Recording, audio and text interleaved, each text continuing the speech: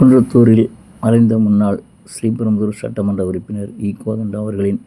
1ஆம் ஆண்டு நினைவு தினத்தினை முன்னிட்டு படத்திறப்பு விழா நடைபெற்றது. காஞ்சிபுரம் மாவட்டம் குன்றத்தூர் அடுத்த மணஞ்சேரி தனியார் மண்டபத்தில் குன்றத்தூர் நகராட்சி தலைவர் சத்தியமூர்த்தியின் தந்தையாரும் மறைந்த முன்னாள் ஸ்ரீபெரும்புதூர் சட்டமன்ற உறுப்பினருமான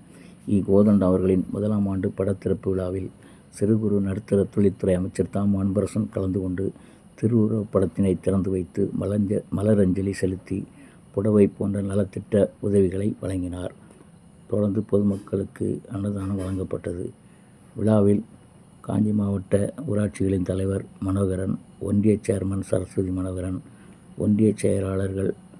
வந்தே மாதரம், மணி,